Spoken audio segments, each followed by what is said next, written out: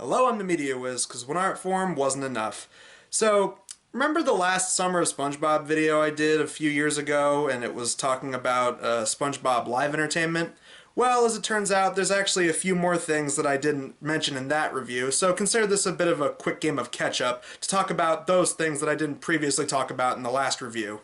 First up, I actually got this comment on the original review from Otis here, notifying me about a stage musical adaptation of The Sponge Who Could Fly, and the reason I didn't mention it in that review was because I'd never heard of it at the time.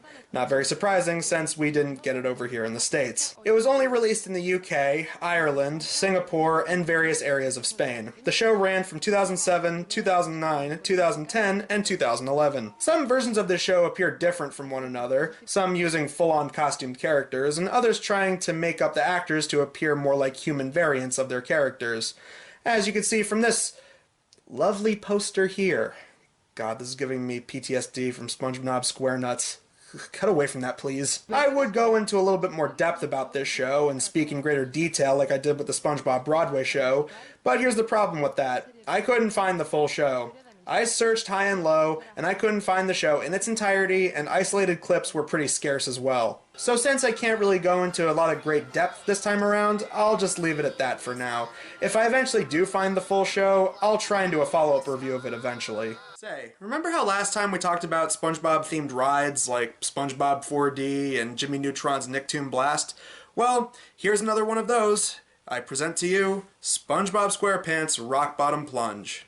The ride is a Eurofighter coaster located in the Mall of America in Minnesota, in their Nickelodeon Universe section, an indoor theme park centered around Nickelodeon. Since 2008, this ride replaced a Mystery Mine, SpongeBob 4D, and a Funtastic World of Hanna-Barbera, which they also did when they established Nicktoon Blast, as mentioned in my last SpongeBob live entertainment review. This whole area is very similar to Camp Snoopy, which, fun fact, Nickelodeon Universe actually replaced. As of now, this coaster has lasted the longest out of all their roller coasters, possibly due to SpongeBob's extended lifespan. Other coasters they had there include a Fairly Odd Parents ride, an Avatar Last Airbender ride, a Back at the Barnyard ride, and a Pepsi ride? As for the coaster itself, it's themed after a scene from the Rock Bottom episode where the bus goes down that vertical drop, which is why they appropriately made this ride a 90-degree vertical drop, just like you'd expect from most Eurofighters. And now on to the main crux of this video. Remember how last time I mentioned that there was a half-an-hour live show done at the Nick Hotel? I only showed a couple seconds of it. Well, as it turns out, since then, someone actually uploaded the full show on YouTube, so that means we can look a little bit more into it this time around. After Patchy sings the theme song with some kids from the audience, and SpongeBob sings the Best Day Ever song, we then get into the show proper, as SpongeBob explains what makes this day the best day ever to Patrick. It's your birthday! No. It's my birthday! No. It's your birthday! No, Patrick, it's a special day in Bikini Bottom that happens once a year. It involves food. I know! It's Thanksgiving! Oh, we get to put on scary costumes, look for eggs, and wait for Santa! Well, basically, it's Easter, Halloween, and Christmas all in one holiday. Patrick, I like the way you think. And with that, we jump into the first of many songs in the show, and I love how this video footage actually muted most of the songs due to Viacom's insatiable copyright. I still appreciate the effort, dear uploader. If you want, you can actually listen to the songs themselves on YouTube, if you're even remotely curious about the show's soundtrack. After that, Squidward then enters the scene, and he makes his disregard for this whole event clear to his two neighbors. I don't want to hear, or see, or smell, or even think about a Krabby Patty. Squidward, you are such a jokester! You should be on TV! Well, he was, in that Squid TV episode before everyone in Bikini Bottom, you two included, took that away from him. Actually, I think you're better suited for the stage. Really, somebody here must have seen the SpongeBob Broadway show. I was hoping you'd perform a solo dance to celebrate the Krabby Patty at the big party. But I guess I'll just have to ask someone else. Wait, you want me to do a solo dance at the big party? Me, alone on stage, thrilling the audience with my genius? Well, I don't think anyone's denying that one, Squidward. Speaking of, Squidward then launches into this artsy-fartsy dance set to music that I swear sounds like the Kirk versus Gorn music from Star Trek.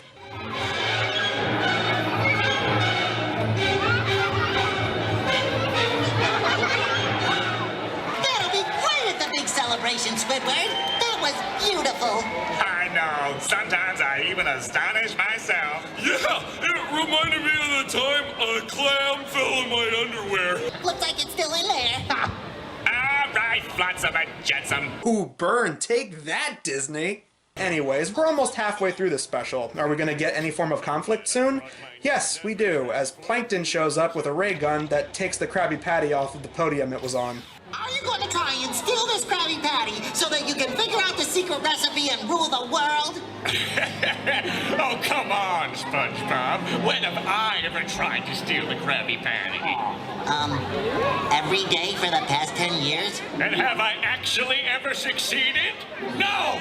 I've always failed. Because I'm a failure. And I didn't even really want the Krabby Patty. I just wanted to win the Villain of the Month award. Come on, Plankton, give yourself more credit. There were a couple times where you came really close to getting the Krabby Patty secret formula.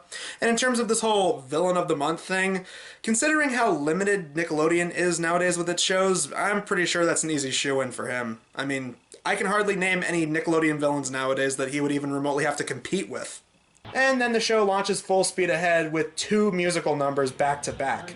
One with Plankton, and then one with SpongeBob and Patrick. God, and to think I judged the first Equestria girls for not spacing out song numbers. Though this is a half-an-hour show, so maybe they just really wanted to put a lot of songs in this thing. Moving on, SpongeBob distracts Plankton with an award.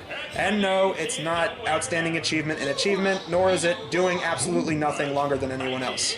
Plankton, you have just won the You're a Nice Guy Even Though You're a Horrible Evil Villain Award! And cue the r/nice guys jokes. And so SpongeBob beats Plankton by rerouting his laser gun to return the patty. Yay!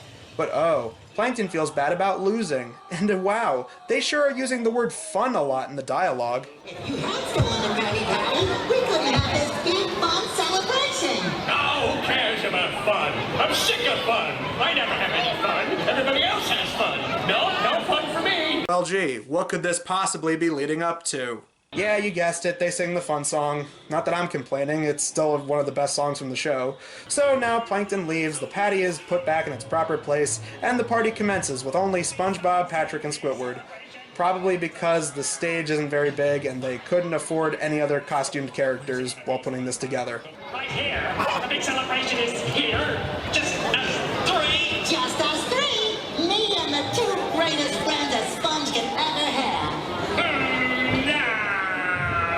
The worst day ever. You can say that again. So that was the Krabby Patty celebration live at the Nick Hotel, and it's meh. The stage seemed a bit small for a ton of characters, and we really only got 5 characters if you want to count Patchy's narration. Though, it does seem that they were aware of their limitations and tried to keep it within their range, which was just a standard lobby live show that kills half an hour. In my opinion, the songs weren't amazing, but they were at least catchy enough. The story was pretty standard. Big Krabby Patty event, Plankton tries to do his usual shtick, and then he's stopped through the power of song and dance number. That said, there were some funny jokes here and there, the voice actors did seem to have fun with their lines, and the costumes were pretty good. Nothing will ever beat the Broadway show, but this was fine enough in its own little way. There's no way it was going to rival that of the SpongeBob Broadway show, but for a half-an-hour time killer in a hotel lobby, it's perfectly serviceable. I'm the Media Whiz, because one art form wasn't enough. Hey, wait a minute. You know, I just thought of something. Last year I did my 350th episode with the top 10 worst songs I ever reviewed list, and ever since then I've done...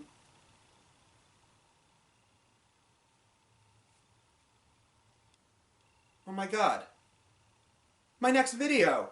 My next episode is going to be the 400th Media Whiz video. Yeah! Shake your bottom like your pants are square. Start a trembling down.